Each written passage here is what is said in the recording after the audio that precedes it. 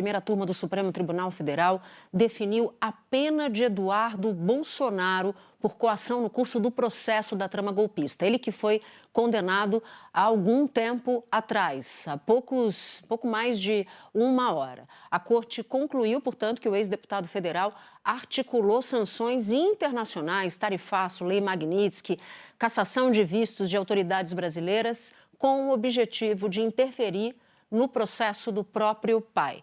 Pedro Figueiredo entra com a gente agora com o resultado dessa pena, mas não só, porque a punição a Eduardo Bolsonaro foi ainda mais longe. Pedro Figueiredo já aqui, me conta o que mais pesou contra Eduardo Bolsonaro nessa condenação. Pedro, boa tarde. Oi, Natuza, boa tarde para você e para quem nos acompanha. Foi por unanimidade, todos os ministros acompanharam o relator, o ministro Alexandre de Moraes, na aplicação da pena. 4 anos e 2 meses em regime inicialmente semiaberto, além do pagamento de 50 dias multa no valor de 2 salários mínimos, uma vez que, na avaliação do ministro Alexandre de Moraes, a situação do réu permite esse pagamento de multa. Além da inelegibilidade, ainda que não tenha havido transitado em julgado, segundo o ministro Alexandre de Moraes, já que há essa condenação nesta instância, ele já está considerado inelegível, e a perda do cargo de escrivão da Polícia Federal. Já havia um processo administrativo aberto dentro da PF por abandono de cargo, já que ele é escrivão da Polícia Federal, mas a pena também determina a perda do seu cargo. Por fim, a defesa poderá recorrer com embargos de declaração à primeira turma. A condenação do ex-deputado federal Eduardo Bolsonaro foi unânime, por 4 votos a 0. Os ministros Alexandre de Moraes, Cristiano Zanin e também Flávio Dino, que compõem ali, e Carmen Lúcia, que compõem ali a primeira turma do Supremo Tribunal Federal, entenderam que ele cometeu o crime de coação no curso do processo.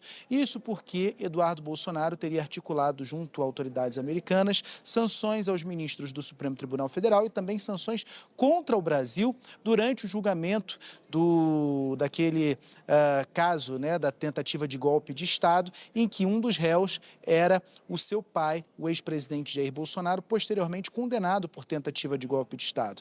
E, nesse sentido, houve a avaliação dos ministros do Supremo Tribunal Federal de que Eduardo Bolsonaro trabalhou para intimidar aqueles que avaliariam a situação do então réu Jair Bolsonaro, posteriormente condenado.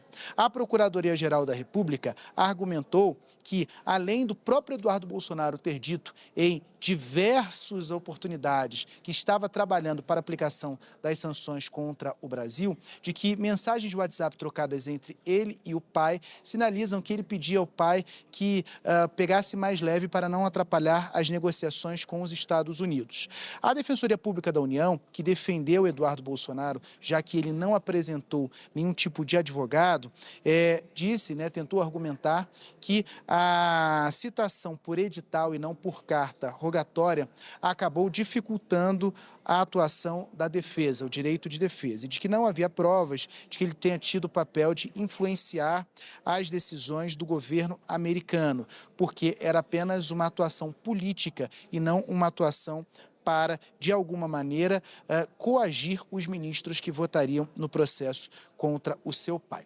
O ministro Alexandre de Moraes, no seu voto, ele disse que não é função de deputado fazer lobby contra o país no exterior, disse também que as declarações de Eduardo Bolsonaro nos Estados Unidos eram como confissões e apresentou uma linha do tempo relacionando as ações nos Estados Unidos e o andamento da ação do núcleo crucial no inquérito do golpe.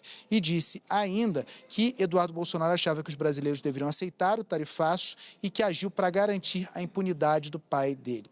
Alexandre de Moraes foi acompanhado, portanto, pelos outros 3 ministros da primeira turma, Cristiano Zanin, Carmen Lúcia e pelo presidente Flávio Dino. Dessa forma, finalizado o julgamento no Supremo Tribunal Federal, na primeira turma, cabe apenas agora os embargos de declaração a serem apresentados pela defesa, esses embargos de declaração que serão apreciados pela própria primeira turma. Mas a pena que foi aplicada há instantes, há poucos minutos, a Eduardo Bolsonaro, é de 4 anos e 2 meses de prisão em regime semiaberto, 50 dias multa no valor de 2 salários mínimos, além da inelegibilidade e da perda do cargo de escrivão da Polícia Federal. Vamos ver um pouquinho como os ministros se manifestaram em relação a essa condenação e aplicação da pena. Não é função de deputado federal brasileiro fazer lobby no exterior contra o próprio país. Então, mesmo que estivesse no exercício do mandato, e não licenciado, mesmo que estivesse, não estaria acobertado pela imunidade. Então, volta a questão. Pode o réu, qualquer que seja o réu, pode o réu se beneficiar da própria torpeza? Olha, processo penal não é palhaçada. A aplicação da justiça não é palhaçada. As normas existem para garantir o contraditório, a ampla defesa, dentro da paridade de armas, não para que fraudes e crimes praticados para outros crimes continuem se perpetuando.